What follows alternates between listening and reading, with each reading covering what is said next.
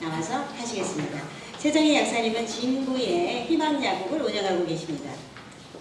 안녕하십니까. 부산시 약사회 진구 분회에서 출전한 희망약국 최정희입니다. 반갑습니다. 저희 약국에 오시는 분들의 연령대가 70에서 80대 이상인 분이 대부분이십니다. 특히 그분들이 자주 하시는 질문이 전립선 약과 다른 약의 중복 복용이 가능한지입니다.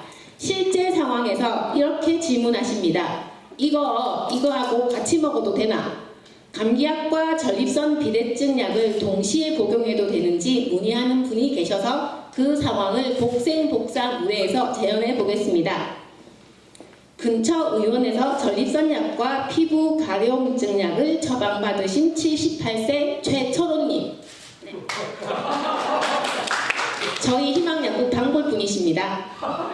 네, 그분은 마트에서 콜라와 소주를 구매하신 뒤 약국에 방문하셨습니다. 안녕하세요, 아버님. 아버님 약탈하신 지 벌써 한 달 되셨네요. 네, 전립선 약은 매일 잘 챙겨 먹어도 낫지 않고 오늘은 피부가 많이 가려워서 약이 더 늘었을 겁니다. 네, 아버님. 가려움증에 따로 드시게 처방 주셨습니다. 금방 조제해 드릴게요. 잠시 계세요.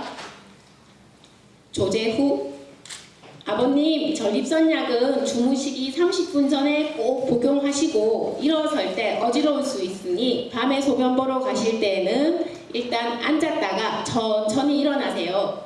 그리고 오늘 피부 가려움증에 처방받으신 약은 제가 이렇게 따로 표시해 드릴 건데 이 약은 아버님 가려움증은 낫게 도와드리는데 소변이 나오는 것을 방해해서 소변이 더 안 나올 수 있어요. 그러니 아버님 꼭 필요할 때 피부 가려움증이 심할 때만 드시는데 가급적 하루 2알 이상은 드시지 마세요. 알겠지?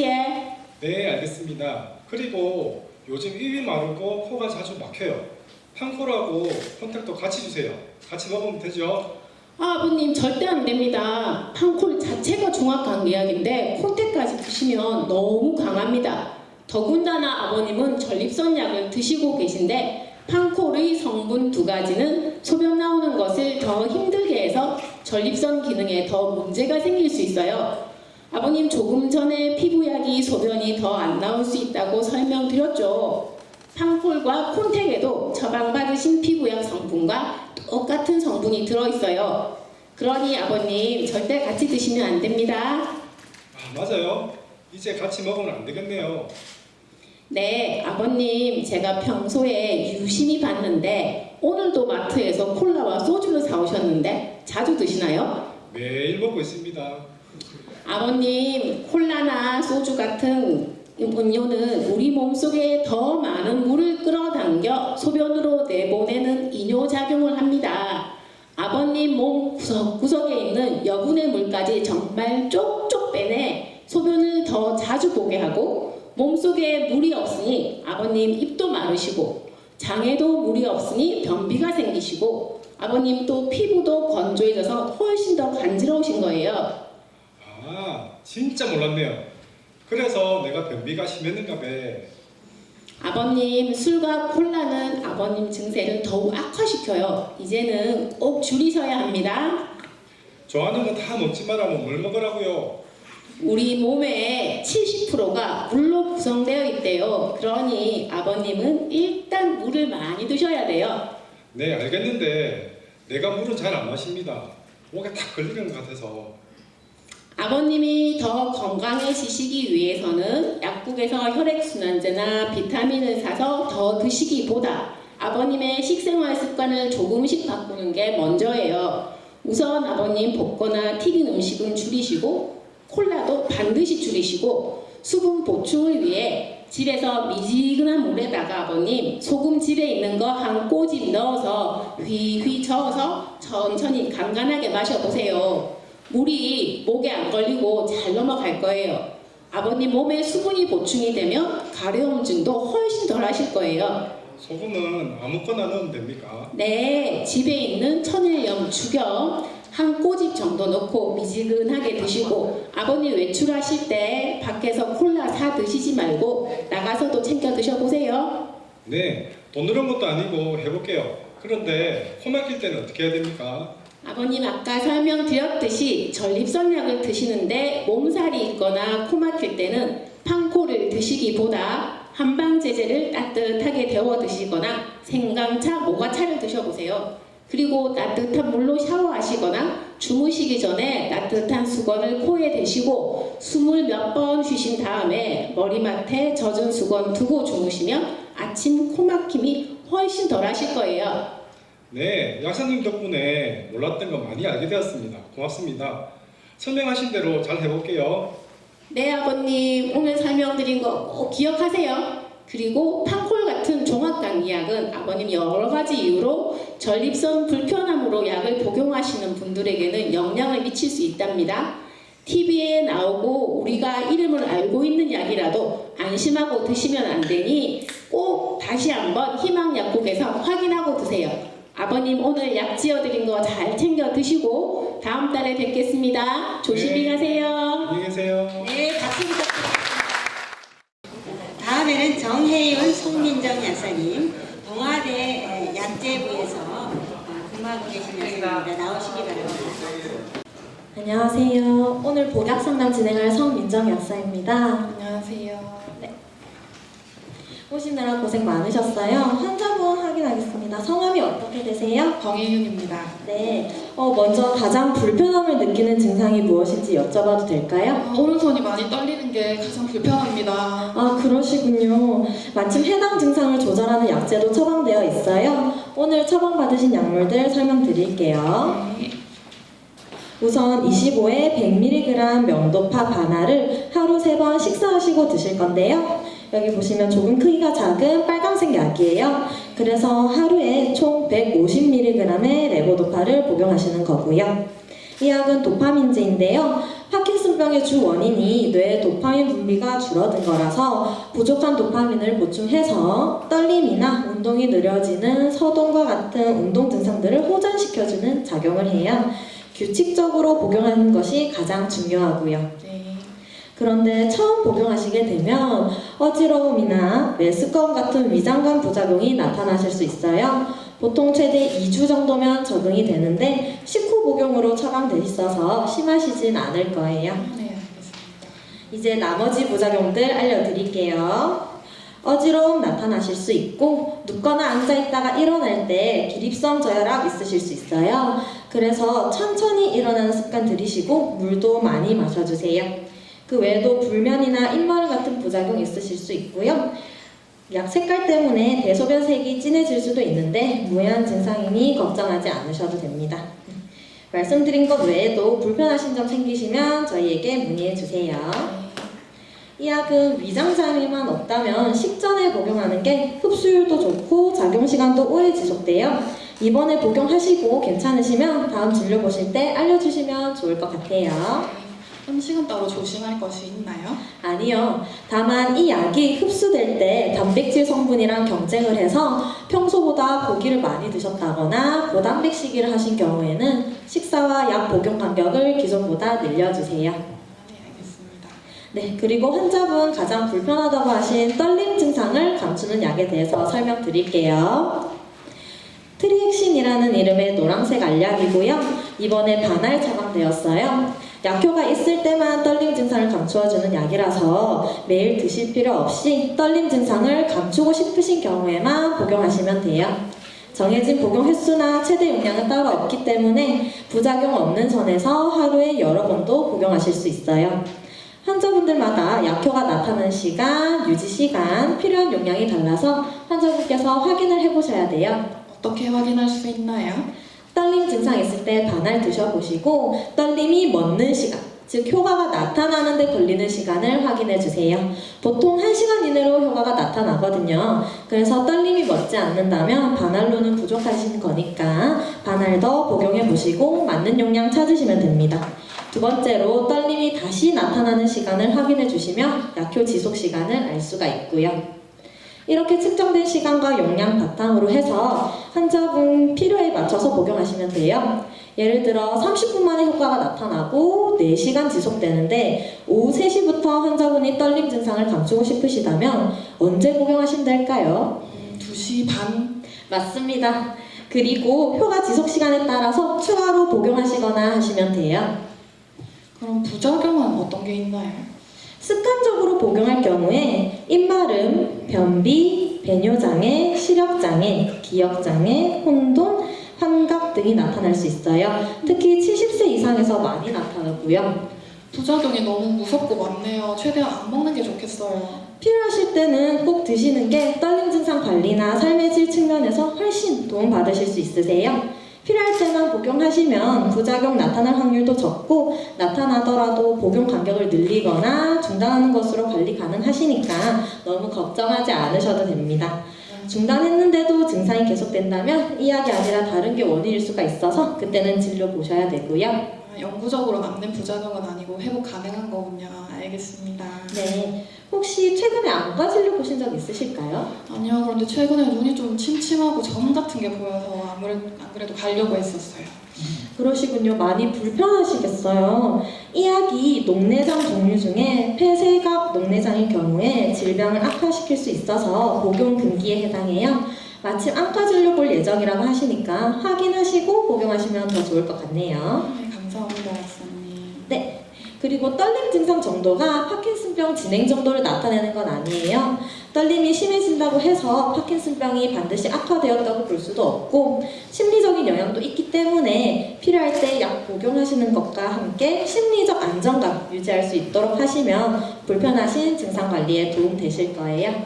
더 궁금하신 점 있으실까요? 오늘 보약 감사했습니다. 그런데 파킨슨병은 근본적인 치료약도 없고 한 번 약을 먹으면 평생 먹어야 한다고 하더라고요. 갈수록 양이나 횟수도 늘고요. 제가 아직 40밖에 안 됐는데 약을 앞으로 몇십 년 동안 먹어야 되나요?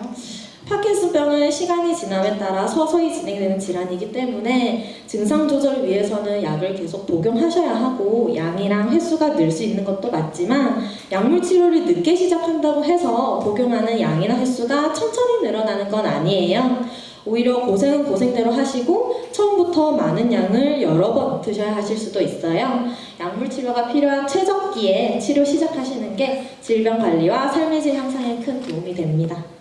당뇨병이나 고혈압 같은 만성 질환도 치료약은 없지만 꾸준히 약을 먹으면서 관리하는 것처럼 파킨슨병도 약 복용하시면서 증상 관리하시면 몸도 훨씬 편하시고 낙상이나 골절 위험도 줄어들어요. 스트레칭 같은 간단한 운동 병행해 주시면서 앞으로 내 건강을 더 챙기는 기점으로 삼아주시면 좋겠습니다. 저도 약 잘 챙겨 드실 수 있도록 앞으로 많이 도와드릴게요. 감사합니다, 박사님. 잘 챙겨 먹어볼게요. 네, 식사도 잘 챙겨 드시고요. 또 궁금하신 점 있으시면 문의해 주세요. 오늘 고생 많으셨습니다. 조심히 가세요. 감사합니다. 다음에 다 같이 뵙겠습니다. 박수 부탁드리겠습니다. 다음은 홍은아 김미경 약사님께서 나오시면 되겠습니다. 김미경님, 네, 여기 있습니다. 주민번호 땡땡땡땡 맞으시죠? 네네, 맞습니다. 요새 동명이인이 많아가지고 꼭 처방전 이름 확인합니다. 네. 오늘도 골다공증약 처방 나왔는데요. 그동안은 일주일에 한 번 먹는 약 드셨는데 오늘은 이 약으로 바뀌었습니다. 네, 그렇습니다. 네, 이 약은 한 알에 2가지 성분이 들어있는데요. 말이 좀 어렵긴 한데 한 가지는 선택적으로 에스트로겐 수용체를 조절해서 골다공증을 치료하는 라록시펜이라는 성분이고 또 한 가지는 비타민 D 800IU가 들어있습니다. 네. 이 약은 식전, 식후 상관없이 하루에 한 알만 드시면 되고 위장장애도 훨씬 덜 하실 겁니다. 다만 같은 시간대에 복용해 주셔야 혈중 약물 농도가 일정하게 유지됩니다. 네. 안 그래도 앞에 약을 한 1년 먹어서 그런지 속이 쓰리다고 말씀드렸거든요. 그랬더니 바꿔주시네요. 아니 근데 골다공증은 왜 생기고 1년이나 약을 먹었는데도 왜 이렇게 빨리 안 좋아집니까? 빨리 낫지도 않고 또 약을 오래 드시려니까 정말 힘드시죠. 네. 네. 그래도 골다공증이 있으면 골절이 일어나 위험해질 수 있으니까 좋아질 때까지 꾸준히 약을 드셔야 됩니다. 네. 제가 골다공증에 대해서 간단히 설명을 좀 해드릴게요. 우리 몸속에서는 파골세포라는 세포가 낡은 뼈를 없애고 조골세포는 새로운 뼈를 만들어내는 작용을 끊임없이 하고 있습니다. 그런데 노화나 칼슘 섭취가 부족해지면 이런 작용이 더디게 일어날 수가 있습니다. 결국 뼈에 구멍이 송송 나고 부스러지는 골다공증이 발생합니다. 또 폐경이 되면 에스트로겐이라는 여성 호르몬이 부족해져서 골다공증이 더 심해질 수도 있습니다. 아무튼 이 약은 폐경된 여성의 골다공증 치료에 더 효과적입니다. 아, 예. 안 그래도 뭐 폐경은 벌써 한 5, 6년 전에도 왔고요. 약이 또 속도 덜 쓰리다고 하니까 참 좋네요. 근데 약사님 또 물어볼 게 있는데 그 계모임 친구들이 골다공증 약 먹으면 치과가면 안 된다 하던데 괜찮습니까? 아, 그건 임플란트 때문에 그런 말을 들으셨을 겁니다. 기존에 드시던 비스포스포네이트라는 성분의 약 때문인데요. 그 약을 먹다가 임플란트를 했더니 진짜 어쩌다 한번 10만 명 중에 한 명꼴로 턱뼈 괴사가 일어났답니다. 좀 무섭죠? 네. 그래, 치과에서 임플란트 시술 전에는 골다공증 약을 절대 못 먹게 합니다. 아니 그러면 오늘 처방받은 이 약은 괜찮습니까? 아, 다행히 이 약은 그런 부작용이 보고되고 있지 않아 안심하고 드셔도 될 것 같습니다. 다만 그런 일은 잘 안 일어나겠지만 수술 후나 움직이지 못할 상황이 생기면 정맥혈전증이 발생할 수도 있으니까 그때는 꼭 복용을 중단하셔야 합니다. 아 그렇군요. 안 그래도 일주일에 한 번 먹는 게 편한 줄 알았는데 요일 챙기기가 어렵더라고요. 맞아요. 차라리 하루 한 번 이렇게 먹는 게 약을 잘 바꾼 것 같고요. 근데 뼈에 좋다 해서 또 매일 제가 우유도 2컵씩 마시고 있거든요. 근데 왜 칼슘이 부족할까요? 아이고, 우리 나이에 우유 먹으면 안 됩니다. 왜요? 요즘은요, 소들이 풀을 안 먹고 풀을 안 먹이고 GMO라는 유전자 변형 옥수수로 만든 사료를 먹입니다. 아 네. 그래 우유 속에 IGF-1이라는 성장 호르몬이 가득 들어있어요. 아니 성장 호르몬이면 키가 크는 거 아닙니까? 아니죠. 어른이 성장 호르몬을 먹으면 키가 자라는 게 아니고 오히려 몸속에서 잠자던 암세포가 자라날 수도 있습니다. 아 진짜입니까? 몰라서 먹었네요. 아이고 우유부터 꺼내야겠네요. 그러면 멸치를 먹으면 되겠습니까? 멸치 먹으면 좋죠.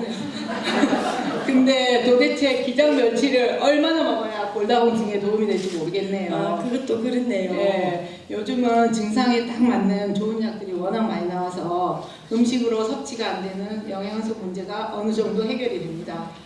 그럼 혹시 저한테 딱 맞는 약이 있습니까? 아, 네, 제가 좋은 약 권해드려 보겠습니다. 짠. 일단 이 약은 좋은 원료를 넣었고요. 칼슘, 마그네슘이 적절하게 배합되어 있어서 뼈를 단단하게 채워줄 겁니다. 아 그렇습니까? 일단 보세요. 네. 보통 뼈에 칼슘만 좋다고 생각하시는데 미네랄도 꼭 필요하거든요. 특히 여기 들어있는 마그네슘은 근육 이완작용이 있어서 근육통도 어느 정도 해소되고 신경 안정작용으로 잠도 잘 오고 또 변도 수월하게 보실 수 있을 겁니다. 안 그래도 요새 어깨도 아프고 잠도 잘 안 오고 다리에 지도 나고 그랬는데 저한테 딱 필요한 약이네요. 딱 맞을 겁니다. 네, 근데 이거 처방받은 약하고 같이 먹어도 됩니까? 아, 네, 물론 됩니다. 안 되면 뭐 좋다 하겠습니까? 네. 처방 받으신 골다공증 약은 뼈의 손실을 막아주고요. 이 칼슘제는 뼈를 꽉 채워주는 역할을 합니다. 두 약이 협력해서 골다공증에 훨씬 좋은 효과를 낼 겁니다. 아침 저녁으로 딱 하나씩만 드시면 됩니다. 아이고 그동안 몰라서도 못 먹었습니다. 약사님 좋은 약 추천해 주셔서 감사합니다. 다음에는 콜라겐도 한번 같이 드셔보면 좋을 것 같습니다. 콜라겐은 ECM이라는 세포 조직에 영양을 공급해서 뻣뻣해진 관절도 좋아지고 주름살도 쫙 펴집니다. 주름살이 줄어든다고요? 아이고 이거 여자들한테 굉장히 중요한 건데 이거 먹어보고 다음 달엔 콜라겐도 꼭 먹어보겠습니다. 감사합니다, 약사님. 아, 네, 저도 감사합니다. 안녕히 가세요.